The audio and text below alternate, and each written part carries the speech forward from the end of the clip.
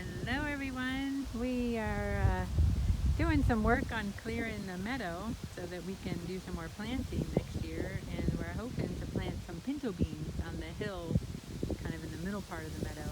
And we should have done a before video, we forgot, but we got some good work done today. We'll show you now because we're going to be working more tomorrow.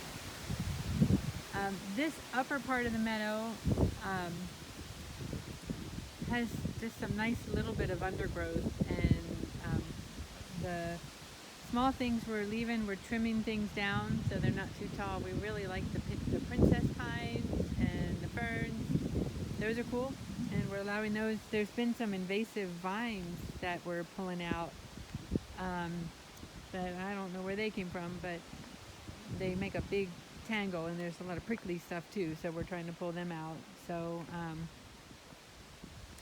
our daughter did some clearing of our path here before we got here, and Jeff has been using the chainsaw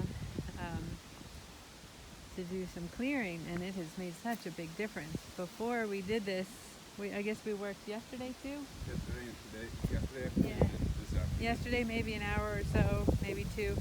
Today 2 or 3. So here's the strawberry patch, but all of this area was pretty bad before, and but coming down here you can see the nice ferns there, and Jeff got most of the stuff out of the middle here that was tall, so we got some work to do still. Even here on the left side of the trail, there's a lot of those vines.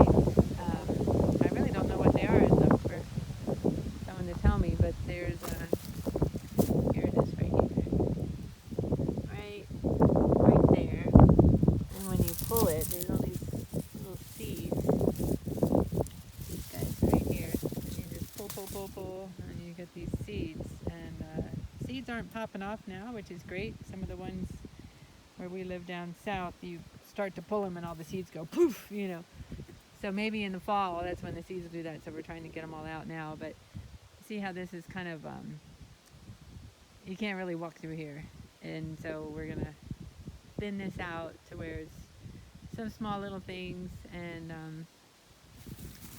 like a nice patch of princess pines there. That's awesome. And then just keep working on here. But Jeff also cleared the trail back down to where the apple trees are. We barely made it through the other day.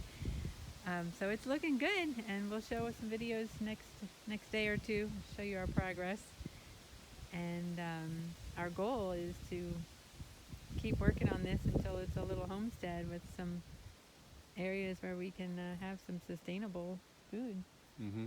And we really like the idea of beans, number one, because we're vegan, so we eat a lot of beans. But beans you can eat right when you harvest, or you can dry them and put them up for the winter. So that's fantastic. And we read that it is okay for the beans to freeze.